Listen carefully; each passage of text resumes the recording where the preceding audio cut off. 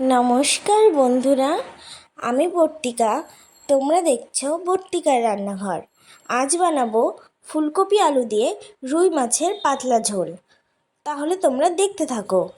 উপকরণে রয়েছে রুই মাছ, সর্ষের তেল, ফুলকপি আলুটাকে আমি একটু ভাপিয়ে নিয়েছি, জিরে গুঁড়ো, গরম মশলা গুঁড়ো, হলুদ, লবণ, হিং, গোটা জিরে, শুকনো লঙ্কা, তেজপাতা, একটা ছোট টমেটো, আদা আর 6টা মতো লঙ্কা। আদা, লঙ্কা আর টমেটোটাকে আমি প্রথমে পেস্ট করে নেব।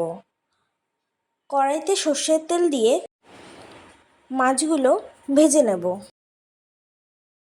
মাছ ভাজা হয়ে গেলে ওই তেলেই ফুলকপিগুলো হালকা করে ভেজে নেব, যেহেতু আমি আগে থেকেই সেদ্ধ করে রেখেছিলাম। ওই তেলেই আলুগুলো ভালো করে এপিট ওপিট করে লাল লাল করে ভেজে নেব। গোটা জিরে, শুকনো লঙ্কা, তেজপাতা ফোড়নে দিয়ে আগে থেকে বেটে রাখা মশলাটা দিয়ে 1 চামচ লবণ, 1 চামচ হলুদ ও হাফ চামচ জিরে গুঁড়ো দিয়ে দেব। মশলার কাঁচা গন্ধ চলে গেলে আগে থেকে ভেজে রাখা ফুলকপি আলু দিয়ে ভালো করে নাড়িয়ে অল্প পরিমাণ হিং দিয়ে দেব।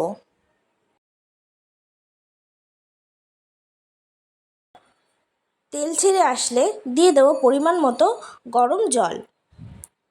ভালো করে নাড়িয়ে ঢাকা দিয়ে দেব 10 মিনিটের জন্য। ঝোল ফুটে এলে দিয়ে দেব ভেজে রাখা মাছ, আর ওপর থেকে আমি একটু ধনেপাতা ছড়িয়ে দিয়েছি। ঢাকা দিয়ে দেব আরও 10 মিনিটের জন্য।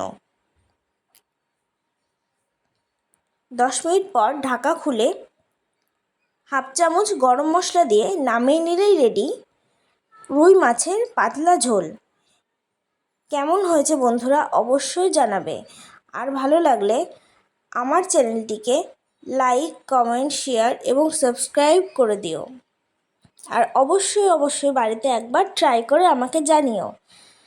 আজকের মতো টাটা।